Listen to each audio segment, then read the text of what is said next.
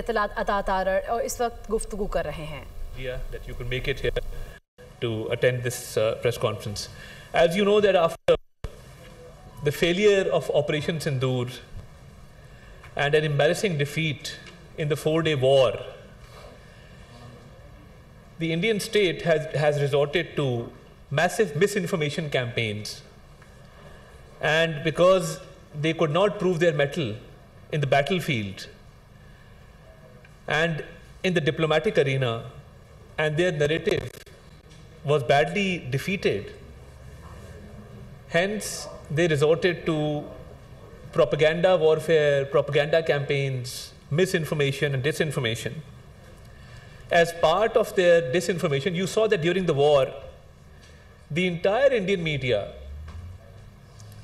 was creating false narratives and going as far as making absurd claims, like destroying the port of Lahore when Lahore is a landlocked city. Went as far as saying that the port of Multan has been destroyed. Everyone knows that Multan is also a landlocked city and there's no port or sea in both these cities. So you saw that their propaganda went to the extent of absurdity. Now, in furtherance of their nefarious designs, and as part of their campaign,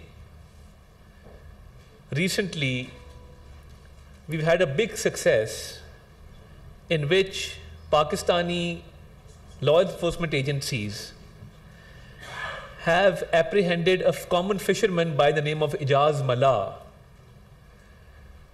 who used to go fishing in the high seas, and in September this year, when he was out fishing in the high seas, he was arrested by the Indian Coast Guard, and after this arrest, he was taken to an undisclosed location, and he was coerced and forced to do some tasks for the Indian intelligence agency. He was given greed that he would be compensated, and that if he did not comply, he would have to stay imprisoned for 2 to 3 years.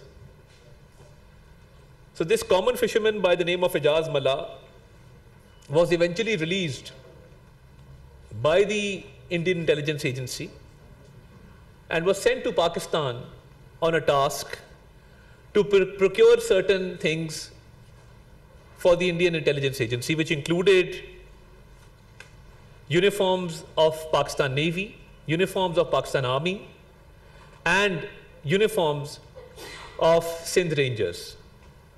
Besides that, he was tasked to procure these uniforms with certain name tags and certain fitting and measurements, because this was part of a bigger plan of the Indian intelligence agency to launch a propaganda warfare against Pakistan. So as you can see on the screen, that amongst the things that he was asked to procure, an army uniform, a navy uniform, a ranger's uniform, along with, if you could stay on that slide with the uniform please, with the name tags. And when he was loitering around in Pakistan procuring these items, because our agencies are well equipped to deal with any situation, they put him under surveillance when he tried to procure these items. And while he was under surveillance, our intelligence agencies were fully alert and following his trail as to what activities he is carrying out. So he was also asked to get Pakistani currency, cigarettes, matchboxes, lighters, and was also asked to specifically procure Zong SIM cards for the mobile telephone.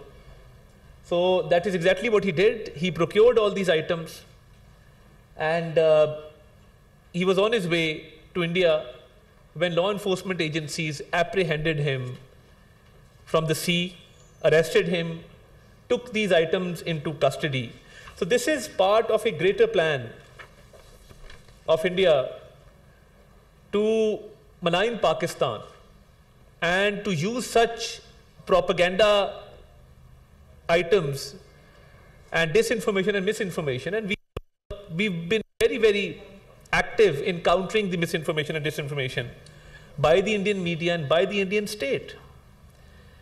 Now, this is a glaring example of what extent the Indian state is going to malign Pakistan, because they are not able to digest the successes of Pakistan, be it the success in Marka-e-Haq, the 4-day war, and it was a big failure of the Indian state, of the Indian armed forces, and a humiliating defeat.